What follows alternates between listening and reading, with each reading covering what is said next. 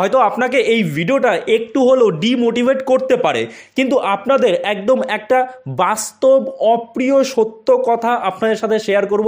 একদম live proof দেখাবো যে কত ইনকাম হয়, কত ভিউজে কত ডলার ইনকাম হতে পারে, সব আজকের এই ভিডিওতে ডিটেলস দেখাবো। এবং তারপরে আপনি ডিসিশন নিন, আপনি কি এই ধরনের ভ্লগ ভিডিও বানাতে চান নাকি অন্য কিছু বানাবেন।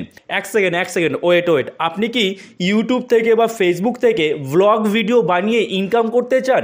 মানে আপনার হয়তো চিন্তাভাবনা রয়েছে যে যখন কোনো অকেশন হবে, ধরুন এই রিসেন্টলি দুর্গাপূজা গেল, কালী পূজা, কার্তিক পূজা, রাস গেল, তো এই ধরনের ভিডিও আপনি জাস্ট আপলোড করবেন এবং সেখান থেকে আপনি লক্ষ টাকা ইনকাম করতে চান, তাহলে আমি আপনাকে বলবো একটু ওয়েট করুন, এই ভিডিওটা দেখুন। কারণ আপনি যদি ভাবেন যে লক্ষ টাকা আপনি ইনকাম করবেন জাস্ট একবার চ্যানেলটা মনিটাইজ হয়ে যাক, তাহলে আর কোনো চিন্তা নেই আপনার, তাহলে কিন্তু আপনার সেই ভাবনা ভুল। এই ভিডিওতে আমি আপনাদের সাথে শেয়ার করব যে ব্লগ চ্যানেলে কত ইনকাম হয়। আমার নিজেরই একটা ব্লগ চ্যানেল রয়েছে দীপঙ্কর জোন নামে, ডেসক্রিপশনে লিঙ্ক দেওয়া রয়েছে, স্ক্রিনেও আপনারা দেখতে পাচ্ছেন। অবশ্যই সাবস্ক্রাইব করে নেবেন যদি সাবস্ক্রাইব করে না থাকেন এখনও। তো যাই হোক, এই ব্লগ চ্যানেলে আমি রাসের ব্লগ ছেড়েছি, দুর্গাপুজোর ব্লগ ছেড়েছি। তো রাসের ব্লগ রিসেন্টলি রাসের ব্লগ ছেড়েছিলাম এবং সেখান থেকে কত ইনকাম হয়েছে। হয়তো আপনাকে এই ভিডিওটা একটু হলেও ডিমোটিভেট করতে পারে, কিন্তু আপনাদের একদম একটা বাস্তব অপ্রিয় সত্য কথা আপনাদের সাথে শেয়ার করব। একদম লাইভ প্রুফ দেখাবো যে কত ইনকাম হয়, কত ভিউজে কত ডলার ইনকাম হতে পারে, সব আজকের এই ভিডিওতে ডিটেলস দেখাবো। এবং তারপরে আপনি ডিসিশন নিন, আপনি কি এই ধরনের ভ্লগ ভিডিও বানাতে চান নাকি অন্য কিছু বানাবেন। মেনলি আমরা ইউটিউব বা ফেসবুকে কিসের জন্য আসি? ইনকাম করার জন্য আসি। এইবার সেই ইনকামটাই যদি না হয় তাহলে আপনি কেন কন্টেন্ট বানাবেন, ঠিক না? তো চলুন দেখে নেওয়া যাক।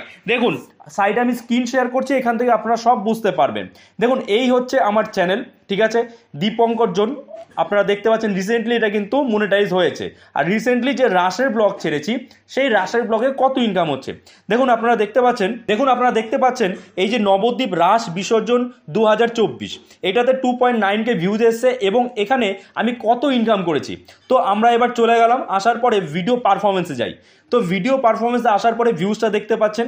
এবার আমরা চলে যাব রেভিনিউতে, ঠিক আছে। তো রেভিনিউ সেকশানে চলে আসলাম।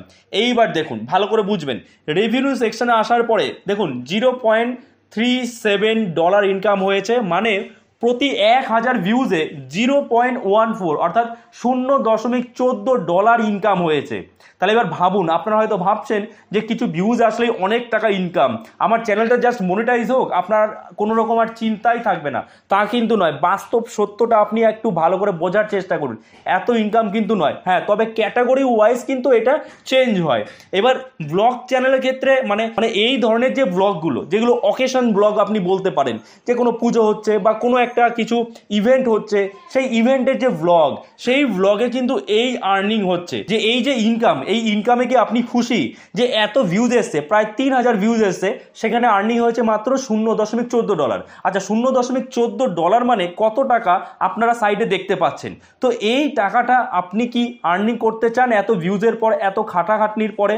কারণ আপনি যখন কোথাও এই ধরনের ব্লগ করতে যাচ্ছেন, হয়তো আপনার বাড়ি থেকে ডিস্টেন্স অনেকটাই, সেখানে সপ্তাহের কাছাকাছি হয় না, দেখা গেলো আপনার যেতে আসতেই 200 টাকা, 300 টাকা বা 500 টাকা খরচা হয়ে গেছে, কিন্তু ইনকাম হচ্ছে মাত্র এই কটা টাকা।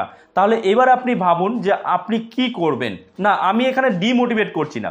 আপনার যদি মনে হয় যে আপনি এই ধরনের ব্লগ করতেই ভালোবাসেন, এইটা আপনার ভাল লাগে, তাহলে করুন, সেক্ষেত্রে আপনার ভিউজটাও অনেক আসবে।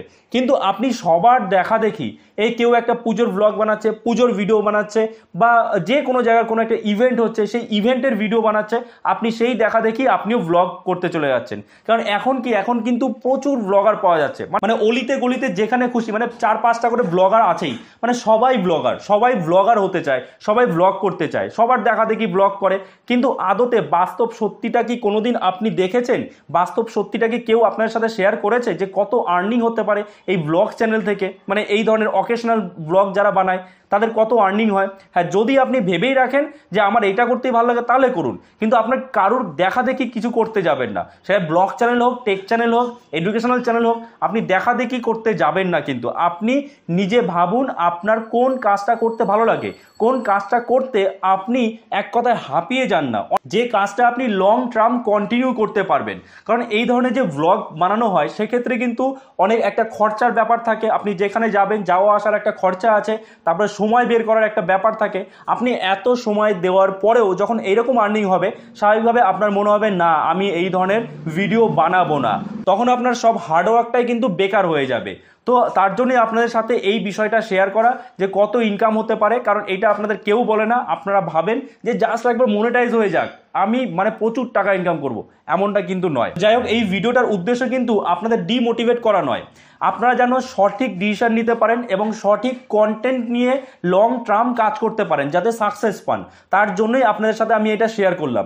যদি এই ভিডিওটা আপনার জন্য একটু হেল্পফুল হয়ে থাকে তো অবশ্যই একটা লাইক করে দেবেন এবং চ্যানেলে নতুন হয়ে থাকলে চ্যানেলটাকে সাবস্ক্রাইব করে আমাদের পাশে থাকবেন। তো চলুন দেখা হচ্ছে নতুন কোনো ভিডিওতে, সবাই ভালো থাকবেন।